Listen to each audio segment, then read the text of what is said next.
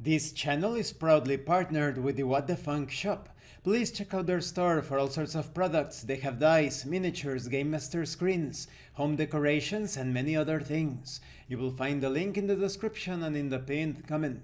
And make sure that you use my code for a special discount. They currently have a Halloween sale going. This channel is proudly sponsored by Dead Tree Studios, the publishers and developers of Dames of Asstoria, a tabletop RPG where you play as monster girls, experiencing high adventure in a world that doesn't fully accept them. They have recently released the Whispers of Copperich adventure module. You will find the links in the description and in the pinned comment. Hi, welcome to my review of Metal Gods of the Apocalypse. In a world that once was a paradise of consumption, there roamed a band of bards with a perfect ballad in their possession. Their hubris led to the rise of the Korean hordes, and though they fought with all their might, they failed to stop the blight. Humanity stood powerless against Erich Kigal, and the world was lost. The fallen bards were granted a second life. She each gave them dominion over a resource: water, food, guns, fuel, and salvage. Danate the Ravenous was given the garden where life grows. Fernac Fire Racer became the fuel baron of the refinery. Roska the Mutilated rules over Salpeter, the armory. Vil the Unclean took over Watertown, while Elsa the Flayed sat on her rusty junkyard throne. This is a setting but also a collection of post-apocalyptic heavy metal elements for your games.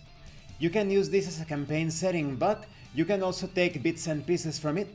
This is a system agnostic campaign setting that you can play with any tabletop RPG, although there is a Savage Worlds version coming, so keep an eye open for that. I am going to keep this review spoiler free because the way that this book is structured, it is also great for solo and co-op sessions. Now let's talk about the quality of the PDF. The quality is excellent, superb. The graphic design, the illustrations, the layout, everything fits this post-apocalyptic, deities of heavy metal sort of world.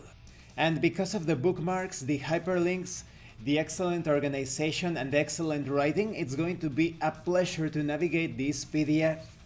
Overall, the highest in terms of quality. I really like the layout, the graphic design, it is so violent, unapologetic, raw, superb quality overall. Now let's talk about the contents. So part of this book serves as a gazetteer to this setting of heavy metal, of deities, of violence, mutations, diabolical powers and death. But a lot of it is composed of tables, lots and lots of tables, with all sorts of narrative elements.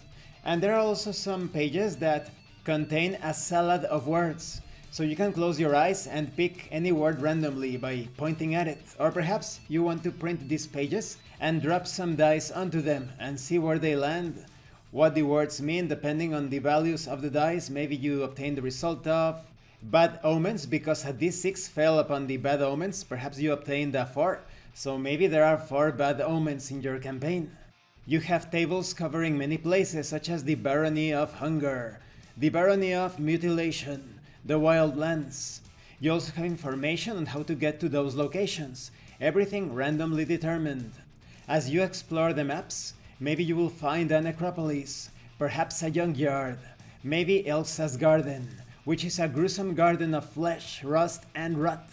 You can also generate settlements with their sizes, their purposes, population density, the neighborhood or district, the attitude. Maybe it's an industrial and suspicious scientific compound. You can also determine location names such as the Grey Island, maybe the Cursed Town, perhaps the Emerald Refuge. You can generate various heroic archetypes such as the Road Warrior, the Bounty Hunter, the Gladiator or the Scavenger. You can also determine wasteland occupations such as the Alchemist, the Acolyte, the Radio DJ. You can also determine notable characters, perhaps Cassandra the Deceitful Councilwoman, or maybe Guntrand, the famous Cannibal Chief.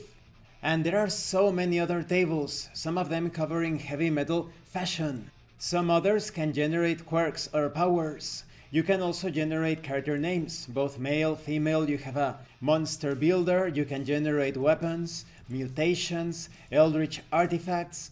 There's just so much here. You have vehicles, trinkets, musical rituals, because after all, this is a heavy metal inspired setting. There are also plots, rumors, and random encounters, afflictions, and so much more.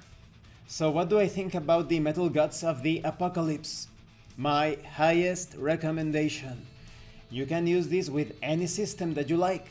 Even a fantasy system. If you have your favorite fantasy medieval RPG, you can easily apply a few tweaks here and there for the setting to make sense with the rules of your system. And all of the references, the raw and savage nature of the setting results in my highest recommendation. Do not hesitate in getting Metal Gods of the Apocalypse. Thank you for watching this review. Don't forget to leave a like, a comment, and subscribe. And thank you so much to those of you that are going the extra mile to support the channel.